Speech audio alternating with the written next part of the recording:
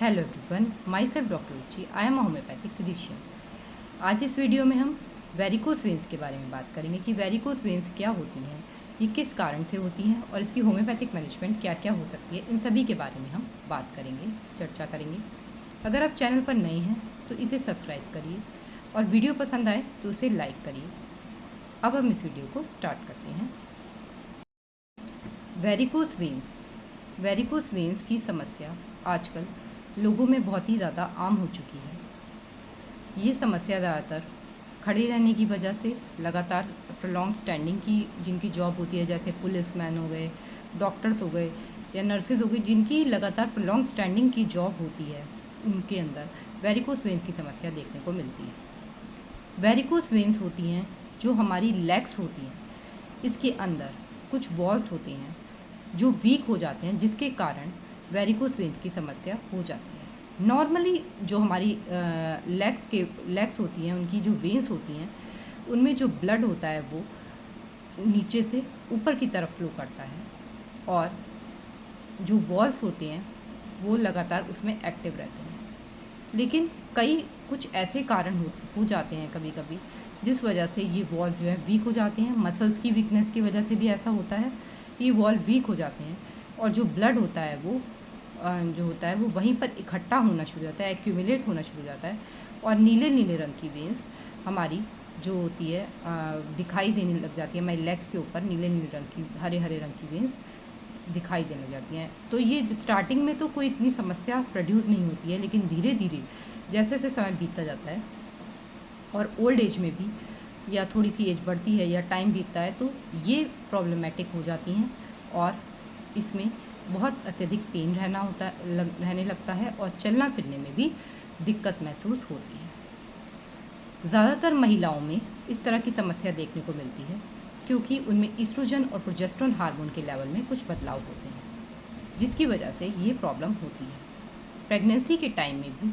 ये प्रॉब्लम देखने को मिलती है जब प्रोजेस्टेरोन का लेवल काफ़ी बढ़ जाता है। प्रोजेस्टेरोन हमारी बॉडी में एक हार्मोन होता है जो प्रेगनेंसी के दौरान बढ़ जाता है और उसका लेवल बढ़ने से जो ब्लड होता है वो गाढ़ा हो जाता है। गाढ़े ब्लड का गाढ़ा होने की वजह से जो हमारी जो वेंस में जो ब्लड का फ्लो है वो आसानी से सही से नहीं हो पाता और इसकी वजह से जो है वो जो वॉल्व होते हैं उनको वर्क ज़्यादा करना पड़ता है, जिसकी वजह से वॉल्व जो है वीक हो जाते हैं और वहीं पर वो ब्लड जो होता है एक्यूमुलेट होने लगता है, इकट्ठा होने लगता है और वेरिकोस वेंस की समस्या सामने आती है। इसे समय रहते क्योर करना बहुत ज़्यादा ज़रूरी होता है। तो यही सब फैक्टर्स हैं और इसके अलावा ओल्ड एज भी एक फैक्टर है। ओल्ड एज में हमारे वॉल्स जो वेंस के वॉल्स हैं वो वीक हो जाते हैं और कई बार एक जगह बैठे रहने से भी वॉल्स वीक हो जाते हैं। लगातार कोई एक्सरसाइज, कोई योगा वगैरह ना करने से रूटीनली ये वॉल्स वीक हो जाते हैं और वेरिकोस वेंस की समस्या सामने आती है कई लोगों में।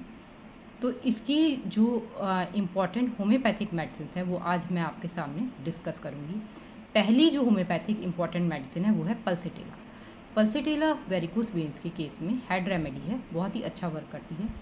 इसमें जो वेंस होती हैं वो नीले नीले रंग की, हरे हरे रंग की वेंस जो है दिखाई देती हैं। साथ में स्टिंगिंग पेन होते हैं, पेशेंट में स्टिंगिंग पेन होते हैं और थर्स्ट बहुत लेस होती है इसमें पेशेंट में। ये इंपॉर्टेंट सिम्टम है। इमोशनली पेशेंट वीक होता है और ये इसका इम्पॉर्टेंट सिम्टम है। कंसोलेशन की उसको डिज़ायर होती है। इसके अलावा जो नेक्स्ट रेमेडी आती है वो आती है फ्लोरिक एसिड। फ्लोरिक एसिड भी वेरिकोस वेंस की प्रॉब्लम में बहुत ही अच्छा वर्क करती है। इसमें जो होता है, इसमें इम्पॉर्टेंट सिम्टम है कि जो महिलाएं होती हैं उनमें बहुत बार उनकी काफ़ी प्रेगनेंसीज रही हों और जब उन्होंने काफ़ी सारे प्रेगनेंसी उनकी हो जाती हैं और उसके बाद उनके वॉल्स जो है वीक हो गए हों और उस कारण उनको वेरिकोस वेंस की समस्या देखने को मिली हो, तो ये जो है ये इंपॉर्टेंट सिम्टम होता है इसमें। तो ये फ्लोरिक एसिड मेडिसिन अच्छा वर्क करती है। इसके अलावा जो अगली मेडिसिन है वो है हेमीमैलिस। हेमीमैलिस भी एक अच्छा इंपॉर्टेंट मेडिसिन है वेरिकोस वेंस के केस में। इसमें जो कॉज होता है वो होता है इंजरी, किसी तरह की कोई इंजरी हुई हो, कोई चोट लगी हो लेग्स में, तो उस कारण भी वेरिकोस वेंस की समस्या होती है। इसके अलावा लगातार खड़े रहने की वजह से भी इसमें वेरिकोस वेंस की समस्या देखने को मिलती है। और ये मेडिसिन हम मदर टिंचर की फॉर्म में ले भी सकते हैं और अपनी उस प्रॉब्लम वाली जगह पर अप्लाई भी कर सकते हैं, जिससे कि काफ़ी हद तक रिलीफ मिलता है। इसके अलावा जो अगली मेडिसिन्स हैं वो हैं सल्फ़र। सल्फ़र भी एक बहुत ही अच्छी रेमेडी, इंटरकरेंट रेमेडी के तरह काम करती है।